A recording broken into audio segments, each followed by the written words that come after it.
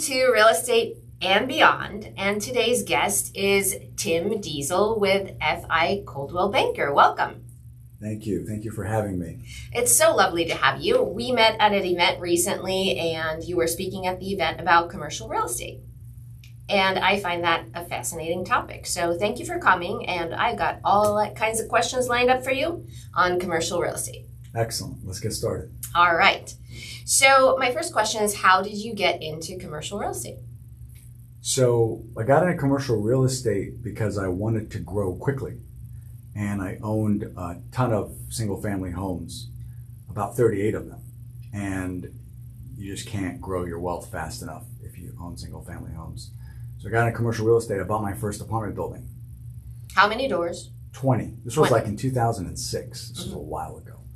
And when I got into that, all my buddies were investing in like medical office space, retail, and I kind of learned from them. So I piggybacked off of their deals. So I quickly learned how to do a lot. So I'm one of the few commercial guys that specializes in just about everything. So I've been doing it since then, and just residential was just kind of slow for me. I couldn't do it. So that's something I think that a lot of agents find a little intimidating, is moving on to commercial. They think that it's kind of like luxury. Oh, that's too big for me. Yeah. Kind of deal. But you didn't have that kind of hesitation. No, it's more exciting. It's definitely, I started off as an investor. I didn't start off as, I got into real estate for my own deals. I didn't get on to help other people. I did, but if you're trying to, whatever you're trying to sell, you have to know about, you have to do it. So it's much, much easier to get clients after I've invested myself, because I could tell them, hey, this is what I would do, this is what somebody else would do, and whatever the case is. So it sounds funny, but the bigger the deal is, the easier it is.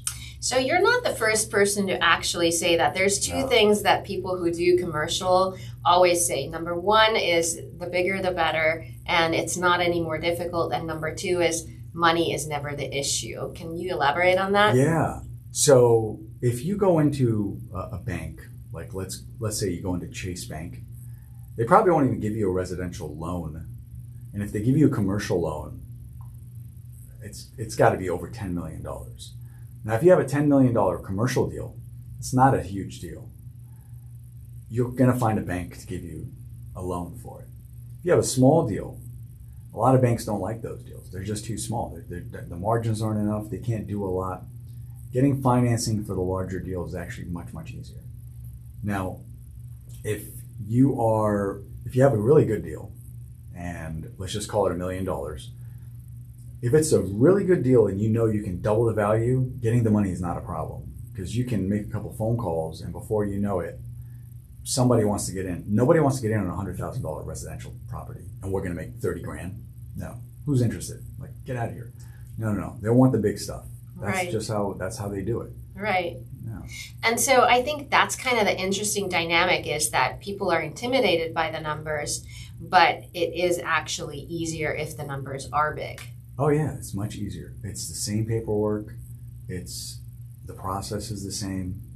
It's just most people aren't used to seeing.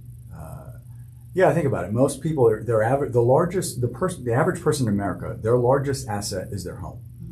Their home is, let's call it, anywhere from $250 to $500. So when they see a deal that's $3 or $4 million, they have no idea where to start, what to do, and they're always thinking it's about them. See, when you buy a house, the bank is looking at you, your income, your assets, your credit. When you're buying a building, the bank knows you're not going to cut a check for a mortgage on $10 million. They better make sure this property is good, the tenants are good, the people in there.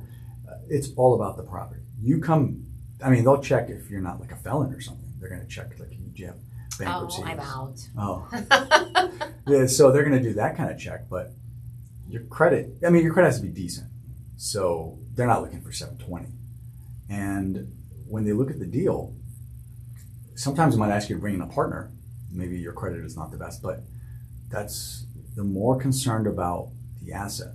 They're not so concerned about how residential loans are hard. There's so many programs, and it's so confusing. So those are actually tougher. When I see people doing a lot of flips, I'm like, what are you talking about? So yeah, it's just too much. It's a different strategy, I guess. It's a different strategy and a completely different mentality, Yeah. I think. So do you still own that apartment complex with 20 doors? No. So right now, if you were to buy an apartment complex, what would be the minimum amount of doors you'd be looking at? Oh, well, I would want like 50, probably. Yeah. Yeah. I'd do a smaller deal. I wouldn't be excited about it. Yeah. Yeah. Like you would probably do a single family home.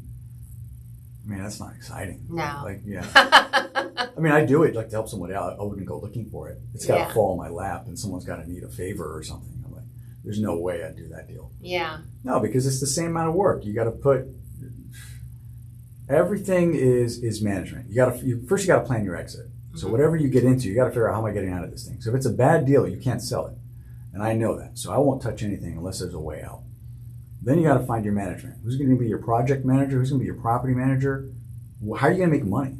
So those first two things you're already getting a bad feeling. No, just move on. So let's talk about property management for a sec, because that is a very, very key component, especially in apartment complexes. Yeah. It's going to be probably the most important component of how it's everything. Yeah. Yes. So let's talk about how you would attract a good property manager. What kind of deal structures have you tried out, and what have you found to be the best formula? So property managers, now it's different than residential. Residential, I think, charge like 10% or something. I don't know exactly. But in commercial, depending on the size of the deal, it could be retail. So if you have a property management for retail, they're going to be a different group.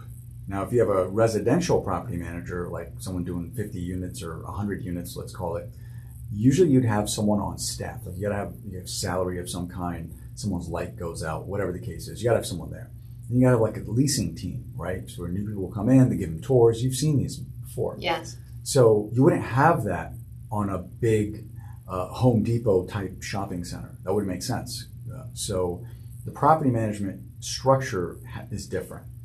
So you would start your own property management. I encourage everybody to start their own property management company, right? You wouldn't hire out for something that large. You want more control. Property management, you're not going to make a ton of money.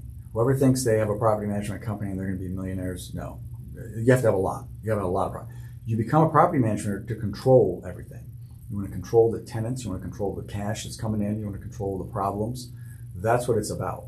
So if you set it up right, it shouldn't give you that hard of a time. So if you're buying a commercial property, it's not even what you asked, but I'm like, whatever. So you want to hold the property of one corporation, and then the land or the entity which you want to have a construction company of some kind. You want to have a management company. So you want to be able to control everything. It's not even about everything coming in. So a lot of times properties will lose money because of management. And you'll hear this a lot of times. People say, oh, I can't find a good property manager because they have a single family home and the property manager has to mark up the doorknob change or whatever the heck they're charging them. And if you're the person doing all that, it's much easier. So if you have like, let's say 30 units, and I say 30 units, but it could be smaller, and you want to give away one of the units, let's say you want to charge someone nothing, but that's their property management fee. So you can work out a deal like, hey, listen, you take care of everything. I don't even want to hear about it. Mm-hmm. Something like that can be negotiated. And you can't do that on a single family home. No. So, like, how would that work? Like, yeah, live in the backyard. Exactly. So that whole thing is. Did I answer your question? Yes. Okay. So on-site managers are typically the most effective. Yes, but it's got to make sense. You don't get an on-site manager unless it's like 100 doors or something big. You wouldn't do it for a 20-unit building. That'd be crazy. If you did want to do it, now I have done it where I've given a unit away, and we got to remember rents were like $1,500. Now they're $2,800, but it doesn't make sense. Or you can cut the rent in half. However, typically you want them to worry or be concerned or pay attention to your property. So you can work out whatever kind of deal you want. It just has to make sense for them. So if they're making 40 grand end of the year, that's plenty. That's fine. Now, if they're getting it from free, room and board, a little bit of cash, maybe you're paying them, I don't know, $500, whatever it is. You can structure those deals however you want to do it, but you got to have a good property manager. And anytime you you lose a tenant, you got to have someone who brings tenants in, background checks, all that good stuff. What has your experience been? Let's hear horror stories and success stories about hiring property managers. Oh man, I've had property managers steal from me.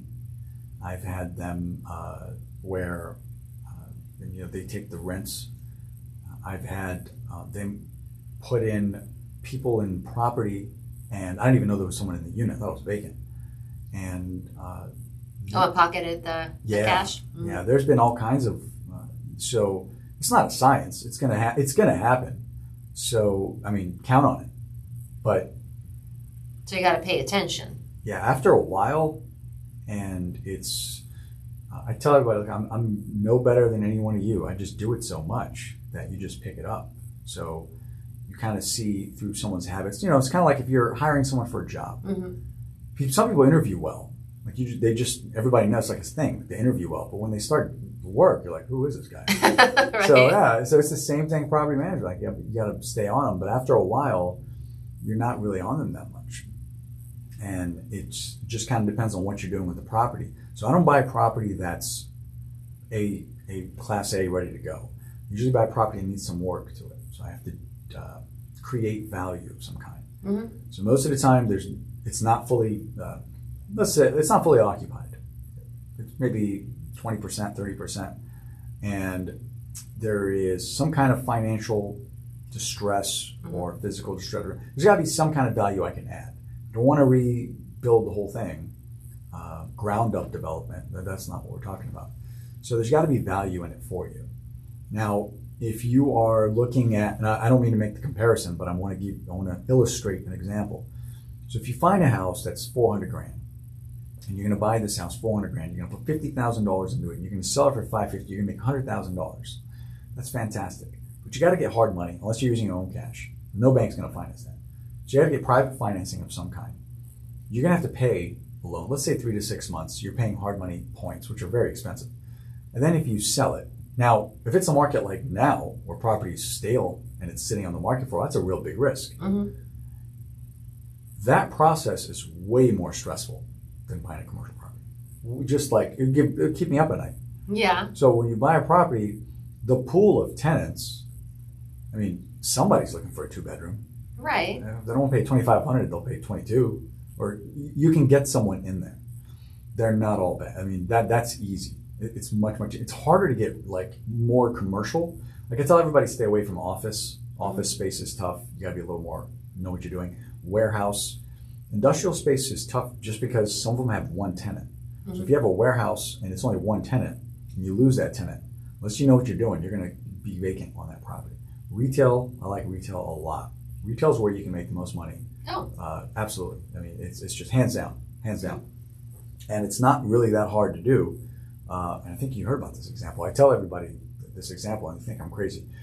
But let's say you have a 2,000 square foot vacant space. Mm-hmm. Which is not that much, probably the size of your office here. Mm-hmm. It's not crazy. My office is a little bigger than that, but okay. Is it? So let's say you have a 10,000 square foot building, 20% of it is vacant. And you want to put something like an ice cream shop in there or whatever, a sandwich shop. Well, finding someone to pay $2,000 a month in the commercial side is not crazy. That's not that hard. So if they pay $2,000 a month times 12, is 24,000. Mm-hmm. Now, if they did a 10-year lease, I always say 10-year. Let's say they do a 5-year lease. And it's hard to get a 10-year lease on your first run at it. But you can get a 5-year lease. It's not outrageous. So let's just take, and you're going to have expenses, but we're going to call this a triple net. We're going to make numbers easy. We're not going to confuse everybody. So in 5 years, the lease value is $120,000. Now, the value of the building from the minute you put that person in just went up by $1 million. Well, what I did is I multiplied that by 10. That's a 10 cap. Now, nothing sells for a 10 cap.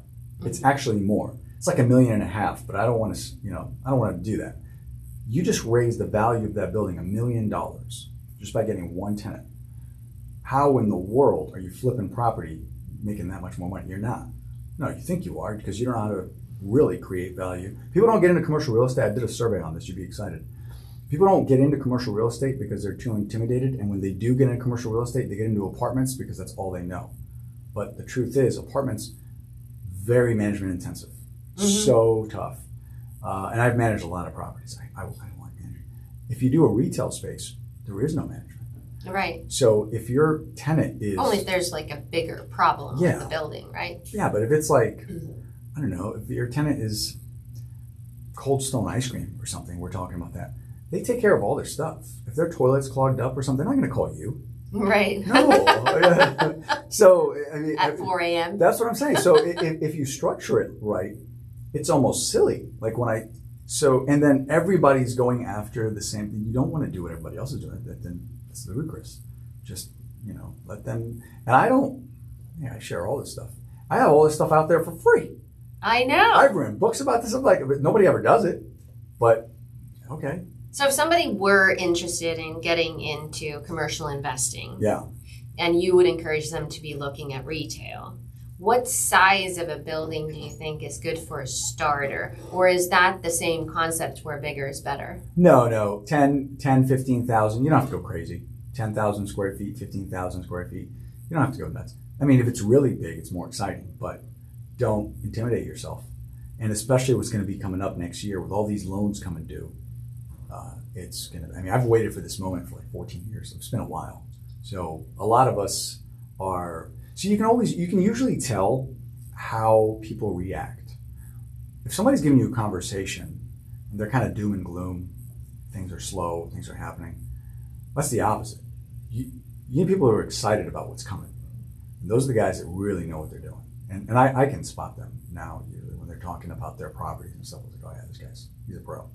And because they know the debt is coming due, trillions of dollars, and what's going to happen with these properties. So I'll give you another tip. So if you have a property that's less than 80% occupied, the bank won't give you a loan. You can't do it. So let's say you have $1 million property, you can't even get a loan if you put 20% down. Even if you put anything down. Bank doesn't want to take an asset like that. So you can go to the owner and you can actually ask for owner financing, which is expected in this industry, and say, hey, listen, I'll give you X amount of dollars. I need you to finance the rest because the bank won't do it because your property sucks. You wouldn't say that, but however. You'd imply it. Yeah. So that happens all the time. In residential, that's like crazy talk sometimes. They don't do that. It's pretty unusual. It's very unusual. It's like the craziest thing I've ever seen. So and it's so much easier. It's just so much easier. What kind of terms do you think are kind of mainstream right now with seller financing and commercial in terms of, are we talking 5-year balloons? Where are the interest rates? So usually, from what I have seen commercial, if you go commercial to a bank, you're going to get a 20-year term, 5-year. It's due in 5, but it's amortized over 20. Mm-hmm. If you go to a private person, you're going to get 30 years.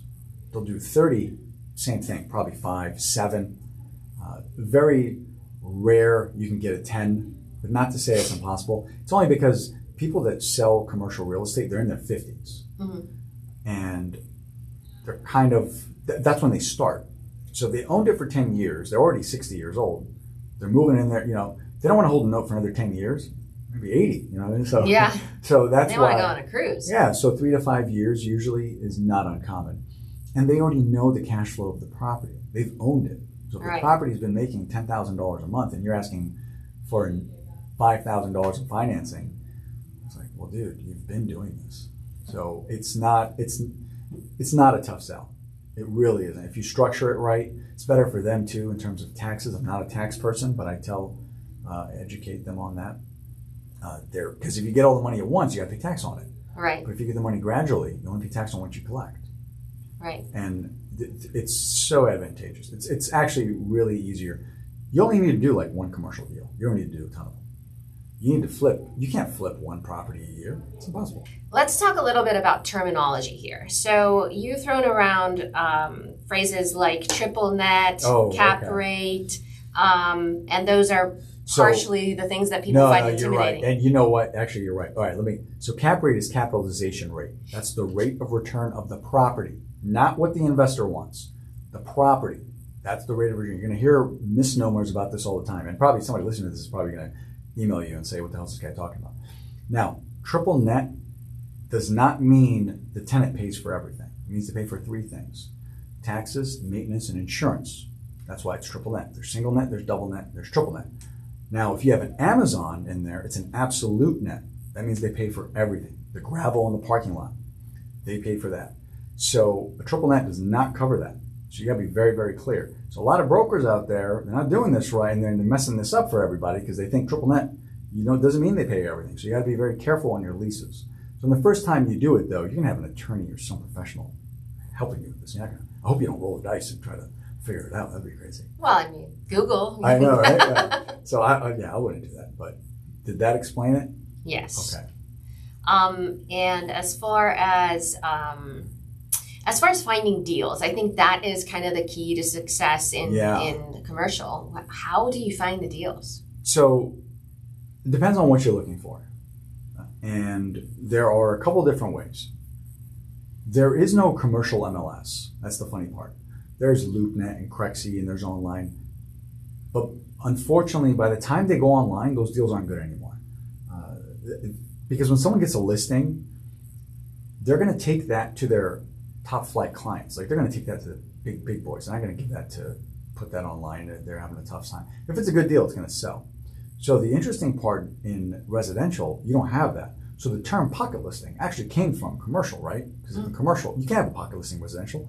No, you have to disclose it to everybody. Right. Commercial, you don't have to do that. You don't have to do any kind of advertising. Once you have the listing, you can control it. And the biggest thing is you got to know some brokers.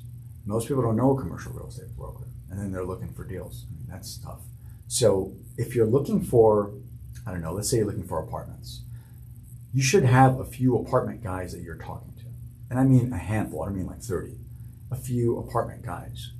Kind of like you would have wholesalers looking for houses. We should have your wholesaler, they're not called wholesale, but in your apartment avenue. And you should be, I don't want to say should, it would benefit you to have a little pipeline. So if you're calling owners, if you're sending letters, if you're networking, if you're talking to people, this is all the same stuff that you would do to find client. Like, this is not like, it's prospecting. It's exactly what it is. So if you're driving home and you see a building, somebody owns that building. How hard is it to look it up? If you're in real estate, you know how to do this. County records, this is all public information. Find out who owns it, find out who owns the corporation, get on Sunbiz, find out who that person is, send them a letter or call them. You can actually Google people now. This is not like a crime. Their information's up there. Mm-hmm. So, and I think you remember I told everybody you can just Google whoever you want. Right. That's why you don't have business cards, because we can just Google you. Yeah, I tell everybody, you don't have to Google. You just Google my name, Google my cell phone number. You're going to find it. Type it in, Tim Diesel, cell phone number. Right. Anybody. So it's not just, I'm not this only person. So how often do you get confused with Vin Diesel then? Every... If they're Googling Vin Diesel, if they hear the name, if they hear the name, I've never been confused by it. No. If they hear the name, they're like, yeah, did you say Vin Diesel? I'm like, no, Tim. So, but it works like, you know what? I'll give you a little nugget. If you're trying to make reservations for a restaurant and you say your name is Vin Diesel, yeah, you're gonna get it. And when you get there, he's like, no, I said Tim Diesel. So it works. Yeah, it works a lot. I mean, that's probably people now that probably own restaurants or listening to this, like, don't let this guy have it. Just check the spelling. Yeah. So that's kind of cool. Nice. I remember this call we got once. It was a fake lead that we got for a multi-million-dollar property, and the guy said, "This is Diesel. I'm calling between sets," and I was like. I told the agent who got the call, I said, well, firstly, nobody who is actually between sets would say that they're between sets. Oh, yeah, I know. So we later found out it was somebody with a criminal record who was scouting, properties to break into. It was hilarious. Oh, wow. Yeah. Oh, that's interesting. But it made for a good joke for about 6 months where we were like, is he still between sets? That is so crazy. That's very interesting.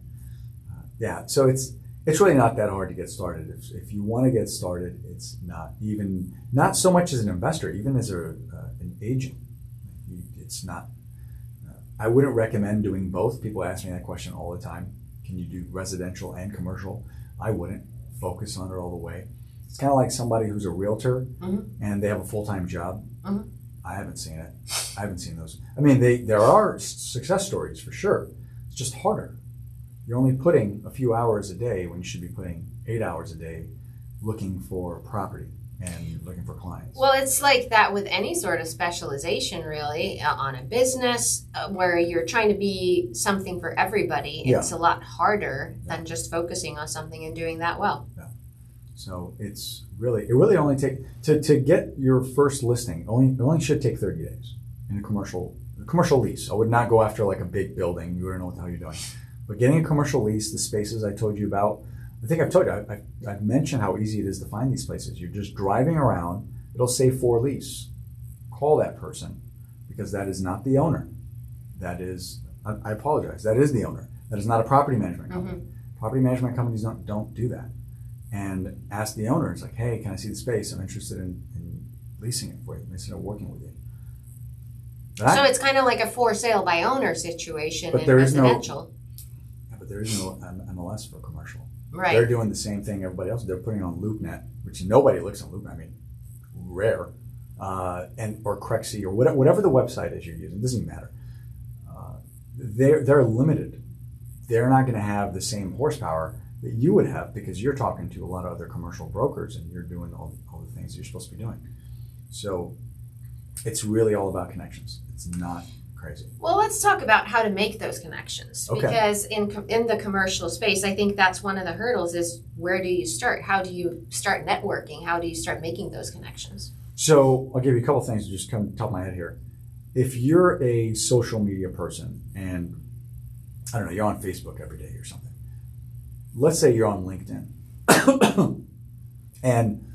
Or you can do this on Facebook, or wherever it is, your LinkedIn, whatever it is, and you search commercial realtors. That's the first step. Figure out who they are. Figure out where they are.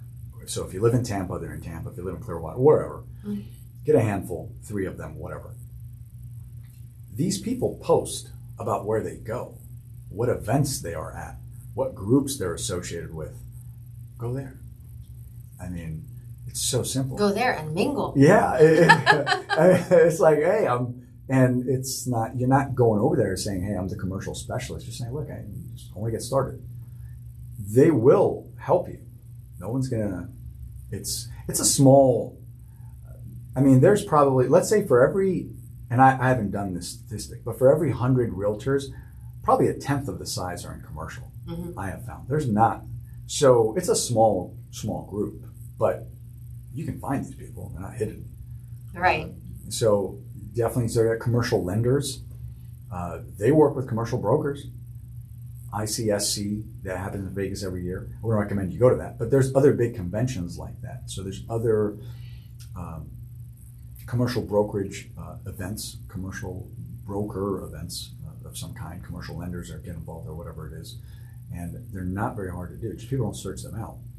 And once you get there, once you get to a REIT, like a real estate investing club or something, they will talk about commercial deals. There's people there that you can talk to. So it's not that hard to find. Just people don't try to do it. Why do you think people don't try to do it? It's too intimidating. It's something new. Yeah. Yeah. It's kind of like when a realtor first gets started, I must have seen this a lot. They get all excited, ready to go. The first 30 days, they're there in the office every day. They're hungry. They get a deal, or maybe their deal falls out, or they don't get anything. Month number 3, or 2, they're kind of on cruise control. They're not there. So it's the same thing with commercial. You got to keep trying. You got to keep looking. You got to keep doing it, and just go for the low-hanging fruit in the beginning. I wouldn't complicate it. So if you are, let's look at this from 2 different angles. Yeah. Let's look at it from being a real estate professional who wants to get into commercial real estate. So you would try to get a listing, would be your first step, right? A listing, but a lease. See, it's different in residential because you wouldn't want to get a rental. Right. Yeah. But you want to get a a lease listing. So remember that lease I told you about, the ice cream shop for 5 years? Yes. So if you got 3% on $1 million deal, it's like 30 grand. That's what it's like selling a luxury property. Right. But in commercial real estate, that's not a big deal. That's like an average deal, like not even, you know what I mean? So I would start there and really start with the smaller stuff. Now you might get stuff that's maybe $1,000. You might get an office lease that's, I don't know, $1,000 a month for 3 years and $36,000 aggregate, total. And you might make $1,500, but who cares? You're going to get in the game. Yeah, you're going to get something. So a bunch of small deals make a big deal. Right. So yeah, eventually, and then what happens is in commercial, it's really cool. If you fill up somebody's office building with 2 tenants, maybe 3 tenants, even though you made maybe $1,500 on those, when that person wants to sell that building, you're the first person in line, and you know exactly what that building's making because you can easily say, "Look, I got those tenants in there. Right. I know what these businesses are. I know what they're making." Because before a business can get into a space, they have to disclose how much money they're making. Right. Because how are they going to pay for it? Mm-hmm. So you already have, now you can't share that information, but you already have firsthand knowledge of, hey, look, this is going to be a good property because X, Y, and Z, I've done this. So you have a lot of in-ground, on-the-ground research that you've done. Right. It's kind of cool. It gives you advantage. So as far as being intimidated again, so you get tenants in there and then you want to be top of mind when somebody wants to sell. How hard is it to sell a commercial building? So depending on what it is. Now, if it's a commercial building that's occupied, it's not very hard at all. Remember we were talking about the triple net lease? Yes. Okay, so if you have a building and let's say, I don't know, Taco Bell is in there for 15 years and it's a net lease, it's like a triple net lease deal. And which means low risk for the landlord. Very low risk for the landlord. The people that are buying those deals are generally not guys in their 30s and 40s. People buying those deals are in their 60s or 70s. They're looking more for retirement type stuff. They want to pay cash. They just want to get passive income, 6-7%. They're good to go. So if you have a deal that is not like that, so that's like the top, and the bottom would be something you got to fix up. So you're going to be somewhere in the middle. And if you have a run-of-the-mill deal, you have an office building, if it's filled up and it's bringing a return in, it's not that difficult to bring in because somebody wants to buy something. Now, if it's an owner-user, like if it's a doctor that wants to buy an office, that might be a little harder. But if it's an office building that's generating income, no, it's not. So that's why commercial property was referred to as investment property, right? It's got to produce cash. If it's not making any money, it's worthless. What are we doing with it? So that stuff is not hard. A retail spot, whatever, it's not hard. Industrial, a vacant industrial building is very hard to sell. But a vacant building or a building with a Walmart in it, I mean, gosh. As long as there's a few years left on the lease. Yeah, so because they typically have a 20 or 30-year lease or something. And most of the time, people would use up half the lease. I've seen, maybe if there's a 10-year lease, they'll probably go 3 to 5 years and they'll sell it. And those are like I said, those are tougher. I would not start with those. You really have to do a lot of connecting, and you have to know what you're talking about. So as far as condition of the property goes, you were saying that you opted for a strategy where you were looking to add some value by doing some improvements. Yes. So how would you describe kind of the sweet spot of a property condition where you're not going to be upside down with the major investments that it needs versus, it's too good and you can't really add value? So, all right, so I'll answer the question as if your listeners need to hear this.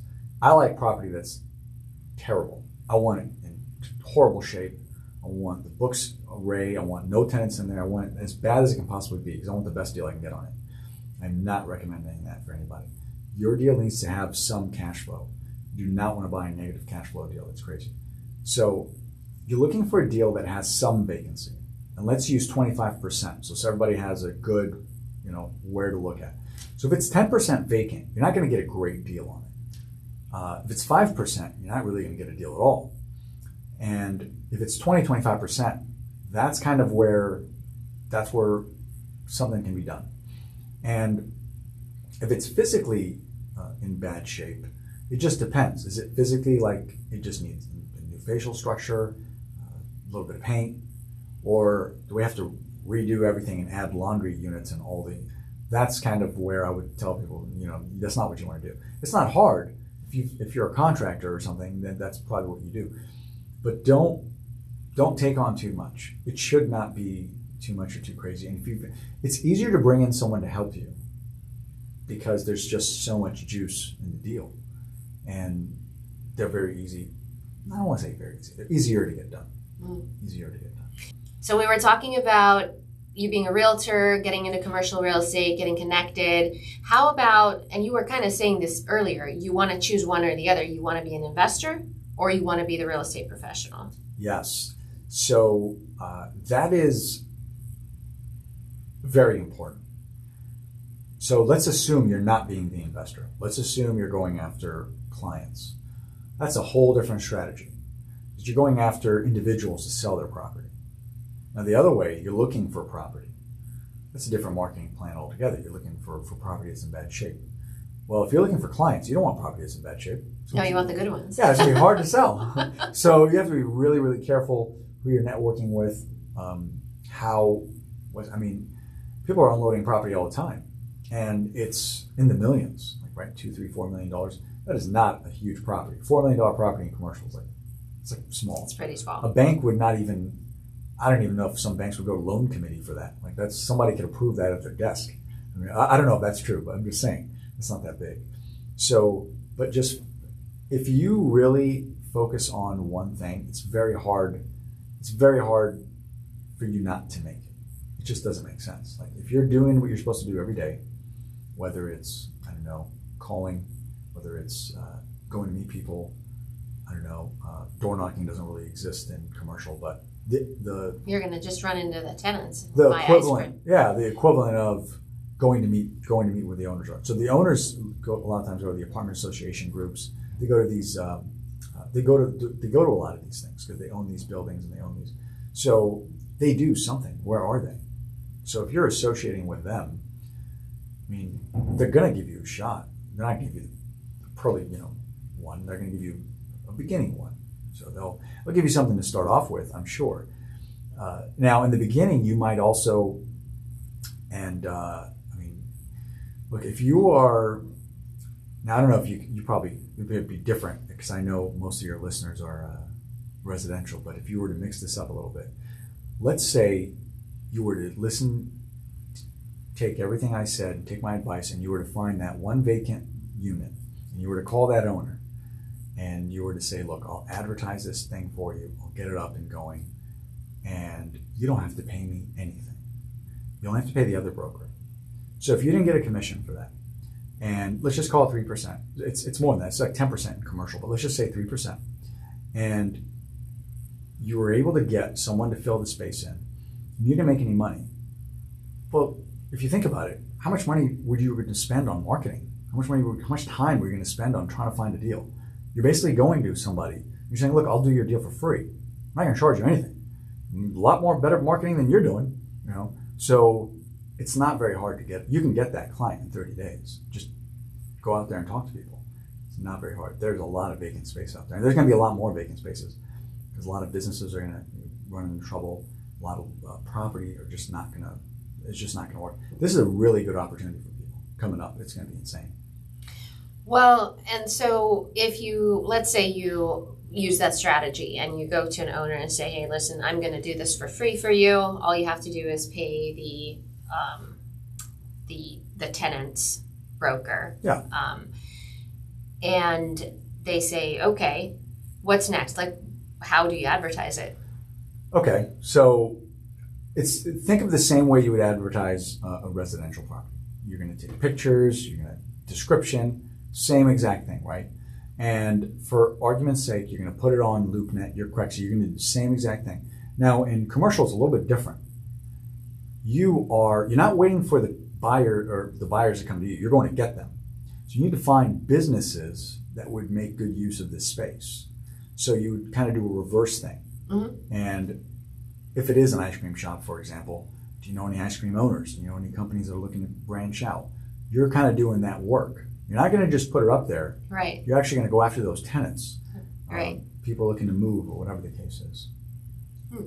That's interesting. So, like, for example, how do you know that somebody might be interested in switching spaces? Like, is there a source where you would go to find out how much time they have still left on their leases, or how would you figure that out? There used to be a service, not anymore. I can't remember what it was called, but there used to be a service that does that. The easiest way is, and let's stick on this example of ice cream shops. And if you're in Clearwater and you do a search on ice cream shops, I don't know how many, maybe there's 30, I have no idea. If you were to call them up, or if you were to go visit them, if you were to talk to them, most of those small businesses, you're going to meet with the owner. And if you were to ask them, hey, how much more do you have on your lease? What are you paying here? If you were to just gather a little bit of what everybody's paying, it's not very difficult. Sooner or later, you're going to get someone who's going to say, look, I need to move. We're done with our lease. Our landlord says, whatever. That's where I would start before I would tell you to go after the larger companies, because they don't have. So think of Cold Stone Ice Cream. That's a big company. I mean, they're not super big. They're not like international, but I don't know, maybe they are. So that's a big company. They don't have a real estate guy in Florida scouting for property. You have to call them and say, hey, I may have something that works for you. And it may work, it may not work. But a few of those calls, now you're on their list, because I just told you they don't have anybody in Florida. Now they have you, because they know you've called them a couple of times over something. You know, hey, we're looking for something in Ocala. Well, maybe you don't do Ocala, or whatever the case is. But because you're connecting with other brokers, it's kind of like you're giving them something. It's very, very easy to do that in this business. And you were saying earlier that, because a lot of people will think that if it's a group of brokers, that they are kind of protective of their little group, and it's hard to get into that group. But you were saying earlier that that's not really the case. It's not like that. No. Oh, that's interesting. I mean, think about it. How many commercial teams do you know? Not very many. No. But I know a lot of real estate teams. Yeah. Residential. Right. It's not like that. You're dealing with big boys and girls. Like it's not like that. I haven't seen it. So. That's very interesting. It's kind of a cool difference. It is. It's not for everybody. It's not for everybody. And once you make the change, you gotta stick to it. Because you're not gonna get as much volume. You're probably gonna sell 2 or 3 houses a month if you're awesome. You might sell 1 deal a month if you're a superstar, but maybe 5 to 10 a year, you're like really good. Yeah. So yeah, because if you sell, but the numbers are big. Yeah, because if you sell 10 deals, $3 million each deal, you're all right. You're okay. Yeah. What would be your advice that you would give to you 30 years ago? What would you do differently? Gosh, I wouldn't have started in residential. I would have just jumped into commercial. You know what's really funny is a lot of people start with a duplex because they think that's the easiest way to start. And I still remember this example by an investor where they said that the problem with a duplex is you live in one unit, and then Janet lives in one unit, and when Janet leaves, you have a 50% occupancy rate. Bad. Yeah, it's so bad. Every time Janet needs something, she'll knock on your door. Oh my God, yeah. It goes from 100 to 50 overnight. That's bad. But I know if you're first starting out, that makes sense, right? Buy a duplex, buy a 4-unit, buy whatever. Well, it's less intimidating. Yeah. So most people, maybe it happens. I don't want to say never. You wouldn't buy a 20-unit building to live in one of the units. That'd be silly. Yeah. So you could. You could. But you probably don't want to. No. No. It'd be a nightmare. And if you did, don't tell anybody you own the building. But starting out, and I tell everybody now, when I started, there wasn't this many resources. I mean, I'm an old guy. So I still remember when they invented the internet. So let's go. So now there is so many resources online. There's podcasts, there's YouTube, there's, oh my God, everything, right? So I had to do this the hard way. I had to figure everything out. Now there's mortgage calculators you can pop in. So it's so much easier now. It looks bigger, but if you just look at 2 deals a day, don't even go crazy. Just look at 2 a day. And in 1 month, if you look at 30 deals, let's say 50 deals, somewhere around there, you're going to realize what's a good deal, what's a bad deal. Because you've looked at so many, you're like, wait a minute, this is way too much. Mm-hmm. I'm paying $100,000 a unit when this other one I'm paying 50. What do I have to do? And just look at them. Don't call anybody, don't do it. Just look at them. Mm-hmm. And it's so simple. So you develop a feel for the numbers. And then when someone starts telling you, hey, I got this deal, you're like, no, this is a terrible deal. Or whatever. You're like, oh, this could be great. And it's just eye-opening when you see that. It's like, oh, okay. What is the one book that you would recommend anybody who's interested in getting into commercial real estate read? Commercial real estate book. It doesn't need to be about commercial real estate. Just what's one book that you think? So one book I always recommend is like the first book you should read is by Peter Drucker, Managing Oneself. It's a short read. You can probably finish it in an afternoon. It kind of, you really learn just the overall concepts. It's not nitty gritty. But if something doesn't work after 18 months or something, scrap it.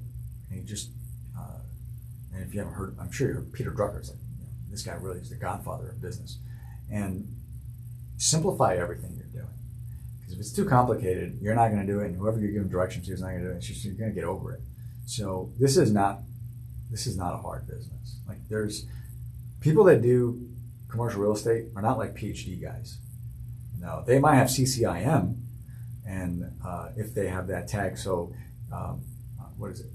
Certified Commercial Investment Member. Mm-hmm. And that used to be a real big thing in the 90s and early 2000s. Now, not so much anymore because you can do all that research yourself.